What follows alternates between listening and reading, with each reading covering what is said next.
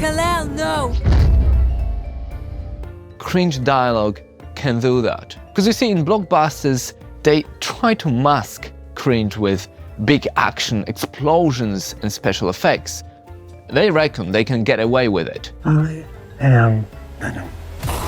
I'm just kidding, it's Dr. Michael Morbius. Question is, do they?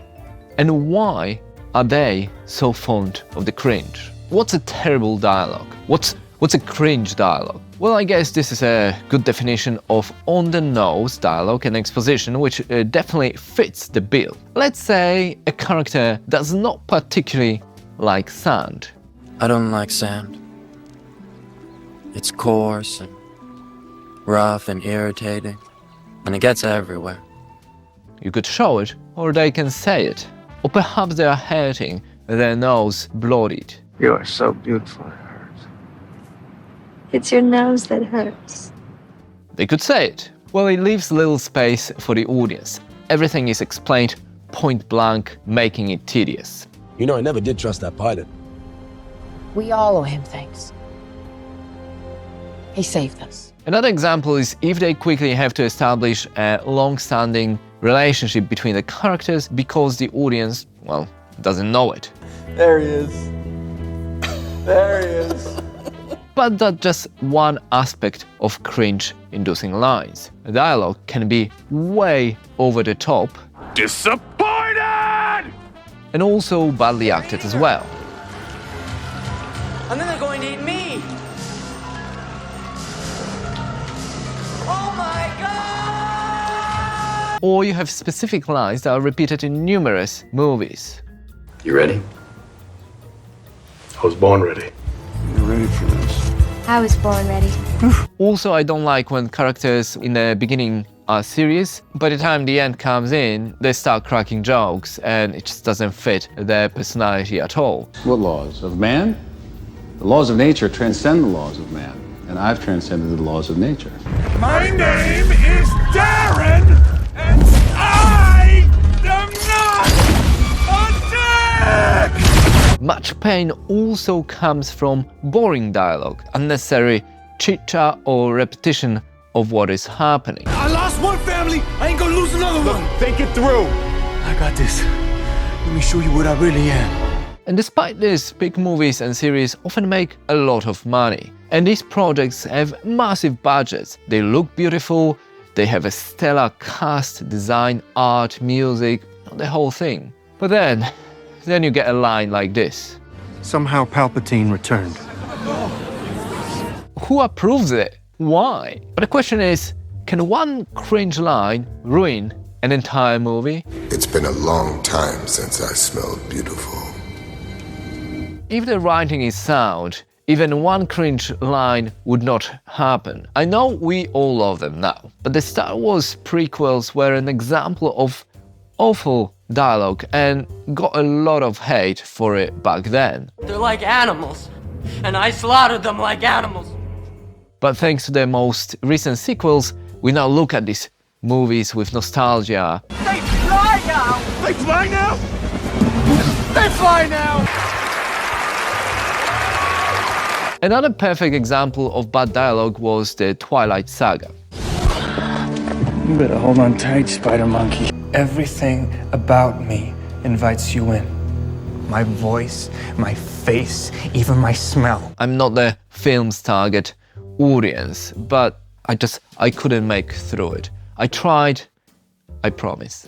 Did your Twilight experience turn out to be what you expected? Oh, clearly when I talk ruin, I'm referring to a matter of taste, not money. Because these films, they made bank. It can irritate you and me sitting through the cringe-worthy dialogue, but they don't care. If it makes money for the studios, they always do more of them. The studios want to provide an easy-to-digest experience. Plenty of action, adventures, basic scripts and jokes.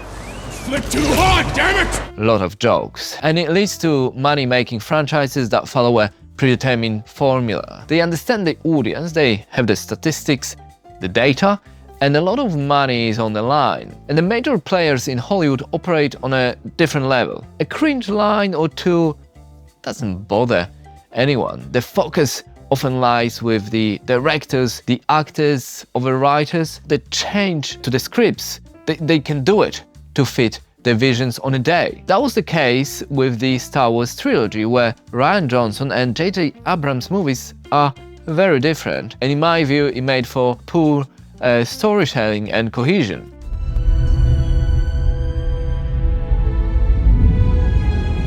Not fighting what we hate, saving what we love.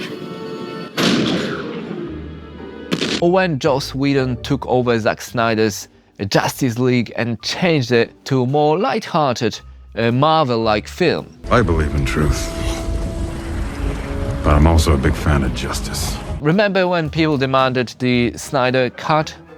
Well, I couldn't make through the first cut. There was even a petition to redo the last seasons of Game of Thrones, where the writers, the showrunners, ran out of the original material and the writing suffered. Best season ever! The last season was so rushed. I could not believe that's how they ended it. And who has a better story than Bran the Broken?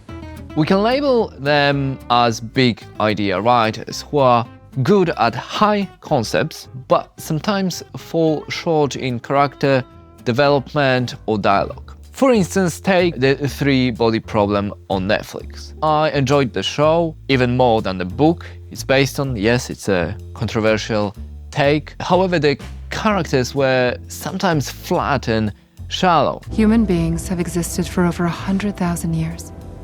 The dialogue was so simple, it just made me think, do people like this really exist? Do they talk like this? Another one is Lauren Hisrich. She's a showrunner for the Witcher Netflix series based on beloved Polish books I read as a teen. She simplified the story, diminishing the dialogue. I am Torque, the Sylvan, a rare and intelligent creature! You're a dick.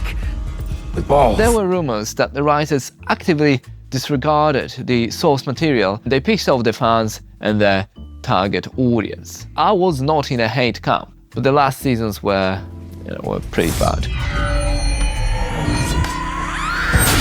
Often the cause of the bad dialogue is too many cooks. You got shareholders, the producers, the showrunners, directors, writers, actors. All of them want to have their say, which can lead to scripts lacking in a grand, focused vision. Big movies and series have many people in many departments trying their best, but also each fighting for priority.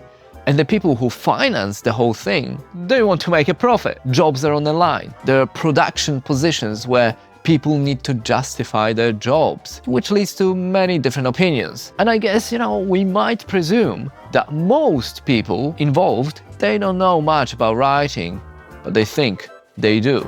Yeah? Well, I'm taller. We also add timing, we also add tight deadlines. Before my tenure at the movie studio, which was my last job, I thought big movies like Star Wars or Transformers meant that everything was sorted, prepared and organized. I couldn't be more wrong. More money means more chaos. Like they literally tweaked the movie until the last second before the premiere.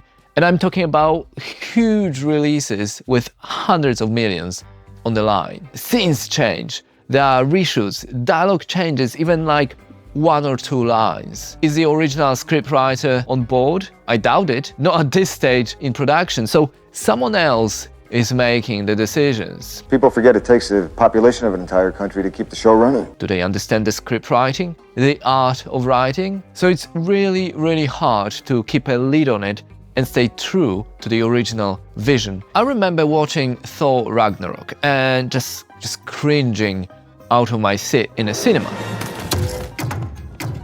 But there was a person a few rows in front of me who was having the best time of their lives, laughing out loud at every joke, and for them it was like the best thing they've ever seen. So am I right? Or is that person for whom that movie was made? Yeah, some universally cringy lines and scenes make all of us shake our heads. Are you a Mexican or a Mexicant? But the rest is down to personal preference. And yet, people are still watching. And if a poorly written, high-budget film or series makes money, then there is no incentive to change or invest in better writing. It's about mass appeal, return on investment, and ultimately, content that sells. Yes, the big shitty movies will be there, but from time to time we also get amazing films. Oppenheimer, Dune, a series like Breaking Bad. I am the one who knocks. The latest Fallout series was great too. Yeah, the writing was simple as it was, but it was genuinely entertaining. Damn, y'all ain't got me working up an appetite. Excellent writing talent and skill are hard to find, and the studios aren't that keen on nourishing it. They want more stuff and they want it fast. We can vote with our wallets. We can't really do anything else. If there is a line or two of cringe, I guess that's the price we must pay for stories made in these confusing times. Thanks for watching, like and subscribe. See ya. Love won't save you, Padme. Only my new powers can do that.